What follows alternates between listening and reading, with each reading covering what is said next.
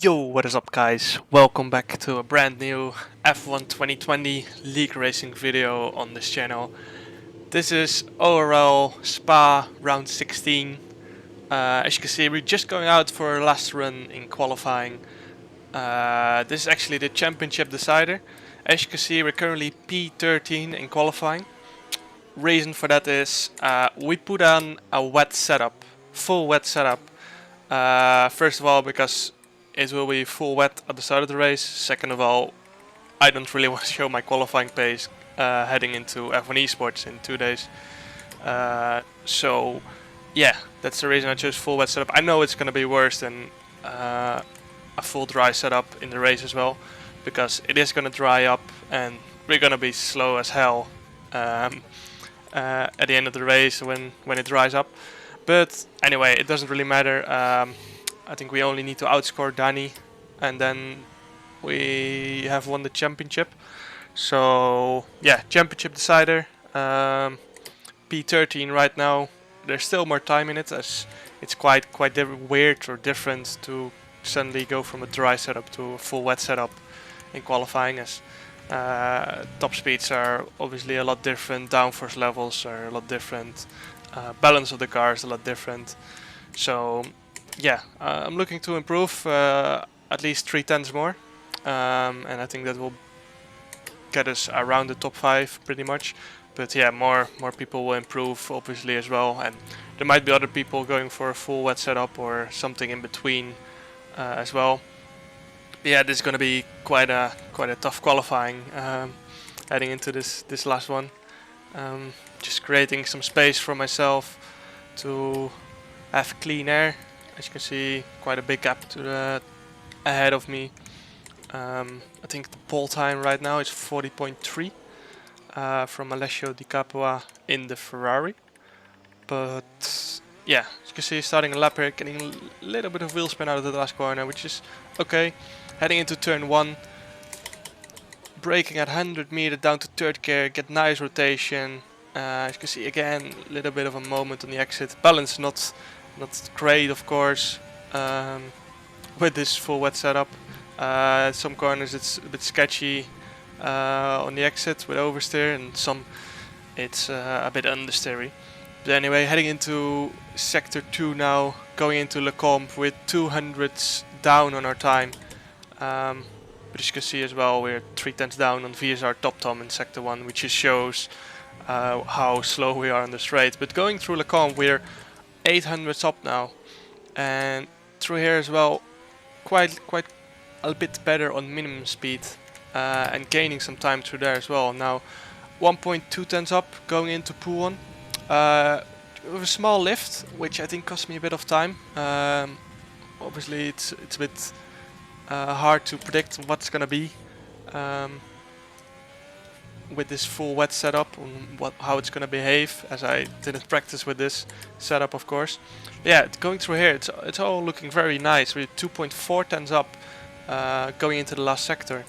3 tenths up on the VSR Top Tom, but now obviously this is all flat out, and here we're gonna lose again 2 to 3 tenths just because we have no straight line speed. So we're gonna push as hard as possible going into the bus stop chicane, braking just before the curbstone on the outside, down to third gear, and try and get a good exit. You can see we gained around 200, which is okay. That's quite a decent lap.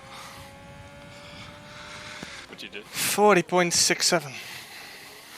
And as you can hear, I was quite satisfied with the lap, considering we're so slow in a straight line. The middle sector is good, of course, with the high downforce, but then you're lacking everywhere else, as you just have no straight line speed. But as you can see right there, it's gonna dry up towards the end of the race, so it's probably gonna we go from wet to into to dry. Starting P8, quite confident we can gain some places at the start, as obviously we have a full wet setup on.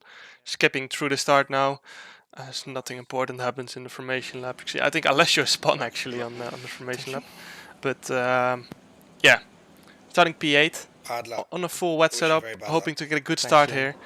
As you can see, we have Nicolas Longo ahead of us, as it's 5 red lights. And away we go. we get a better start than the Red Bull on the right from us, but Nicolas gets quite equal start to us. We were pushing really hard going into turn 1, take a wide line so we can get more momentum heading into Eau Rouge. As you can see, better traction than the Red Bull from Matthijs. So yeah, I take a bit of distance because I don't know how fast Haddad is going through Radion. You can see we get a much better exit, but then we're getting very close in the slipstream, but you can straight away see how much faster they are on the straight line. We even used overtake to try and get closer, but going through this section we're going to be in our advantage, as this is where you need the downforce. You can see Longue battling with Manuel Biancolilla, and we managed to follow Daniela Haddad in front of us past Manuel Biancolilla, and so that's up to P6, 2 positions gained. You can see Daniela Haddad goes wide here, and we straight away take our advantage with a higher downforce, getting past him. So that's already 3 positions up just in half a lap time, which is crucial, of course, because we need to make the positions up. Now it's wet, and try and take make a gap to the people on a dry setup. So yeah, crucial again that we're gonna get past the Renaults ahead, as they're on a dry setup. You can see we gain trying through the medium to high speed corners, but you can see how fast he is going into Blanchimont. He's just easily gaining 3-4 tenths just on this straight, and now we're gonna have to close that gap again in the coming corners. You can see we go a bit wide, costing us quite a bit of time here, and then exit not great as well, so we didn't gain any time going through there. But as you can see ahead there, it's getting quite close as well. As you can see the Renault Fabrizio Donoso getting very close to the Ferrari of Alessio De Capo. So again we go wide going into La Source. Luckily we have quite some ERS to play with. I like to use it after Radion, as I am not very comfortable taking Eau Rouge and Radion flat with overtake on. But as you can see, Nicolas Longue now 1.2 seconds ahead, just because he's so much faster on the straight. Obviously he had a bit of slipstream as well, which helped. But now, again, he's in dirty air, we have more downforce on, so we're going to close this gap in this sector, surely. You can see we're pulling straight away a gap to Daniel Haddad as well, who was 2 tenths going into Lecombe behind us, and now it's already up to 6 tenths, and it's only going to increase. You can see 7 tenths now, and you can see we closed 7 tenths in the space of a few corners with this higher downforce. You can see Nicolas Longue going wide, and we straight away notice it and put the overtake button on so we can take an advantage. He again gets a little wiggle on the exit. We try and go around the outside here. You can see he pushes us a bit wide, and then again on the curb here, all fair and square, but he stays ahead, and we just about couldn't get past. As you can see, it's costing us some time, but I've got the slipstream here, and I'm going to use the overtake, which he is probably doing as well. But even with the slipstream, I cannot get closer, as with just more downforce on. So again, we're losing out on the straight a lot to Nicolas Longue. As you can see, our engine was overheating slightly, which didn't help either. Again, he goes wide a little bit. We try and prepare the exit here and have a run on him going into La Source, but even if I overtake him into La Source, he's gonna get me back on Camel Straight. You can see heading into turn 1 now. Again, we once again go wide, getting washed out by some understeer and dirty air. So yeah, I'm using some overtake, but now heading on to lap 5, as I couldn't do anything in those laps in between. 1.3 seconds to Daniel Haddad, so we managed to pull a slight gap to him, as again we're looking very close to Nicolas Longue. You can see it's getting slightly drier now, and that's maybe why he's struggling a bit, as the tires tend to go off at this point. You can see we're having a little look going into the chicane, but he's covering it off nicely. So yeah, we look faster, but we just cannot get past with this high downforce. As I already said in qualifying, this is surely not the way to approach this race with the full wet setup. Again, I'm gonna push and try to see if I can have a go into Le Comp, but then Jeff comes up with with an alternate strategy to pit right now in Inters, and that's what I'm gonna do. As you can see, wets are going off at this point, and that's why I'm gonna decide and pit this lap. As you can see, both Renaults continuing. Alessio Di Capua and Danny Moreno ahead of us pitting as well for the intermediates. So that means with both Renaults continuing that one is gonna have to stay out an extra lap and probably lose a lot of time. I'm not sure if at this point Inters or wets are faster, but I am sure that the lap after surely the wets are gonna be a lot slower. So let's see if this straightaway work. Heading out of here, it's obviously feeling if straightaway if the grip is there. You can see I have a small moment as it's quite bumpy coming out of the pits. But as you can hear me say, going into our Rouge and Radeon. Yeah, they work. Stuff. Push, push. The tires are ready. So already on cold intermediates, I can straight away feel that the intermediates are better, and we're gonna gain time to the people on wets. So this was perfectly executed, pitting on the right lap. Most likely gonna undercut both Renaults, at least one, as one has to continue. But yeah, this is played very nicely as we're gonna try and close the gap to Alessio Di Capo ahead now. Both of the Renaults. Continue as well, so Yeah, true. Longbay has to continue. So he's got 30. So as we move now on to half a lap later, all others are gonna have to pit that haven't pitted yet. But as you can see on the minimap, one Renault continuing, which is Nicolas Longbay, who's gonna lose out massively on this lap. As you can see, I went purple in the middle sector, which is crucial, of course, as we are trying to undercut Fabrizio Donoso as well. And as you can see now, heading out of La Source, turn 1, we are 1.5 seconds ahead of Fabrizio Donoso now.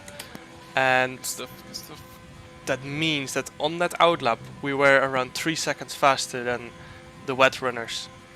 So perfectly executed strategy at this point, and very happy with that, of course. And as you can see now, moving again a few laps later, heading into almost lap 13, you can see I have a moment on the exit there, but Fabrizio Donoso has closed in a little bit, around half a second, but we have also closed in to Alessio Di Capo slightly.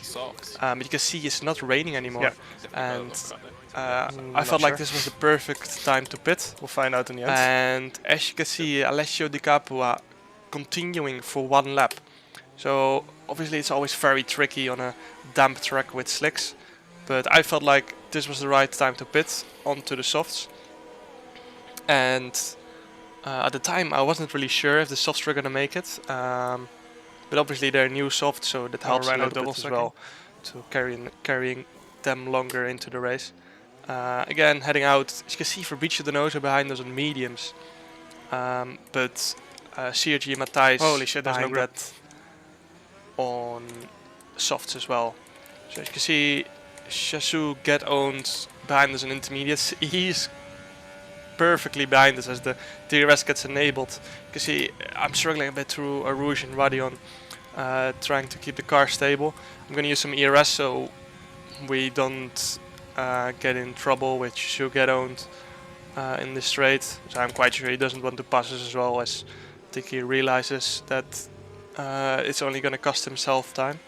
So yeah, really have to push in this outlap to try and get Alessio Di Capua. But yeah, you can see the gap we're creating to Fabrizio Donoso already. He was around 8 tenths behind us going into the pits, and it's already 2.3 seconds, sorry. And it's only getting more. As you can see, by the time I think we get into the last sector, we're probably around 3 seconds ahead. So as you can see, the soft straightaway working on this damn track, and he's struggling on the medium slightly more to keep it together.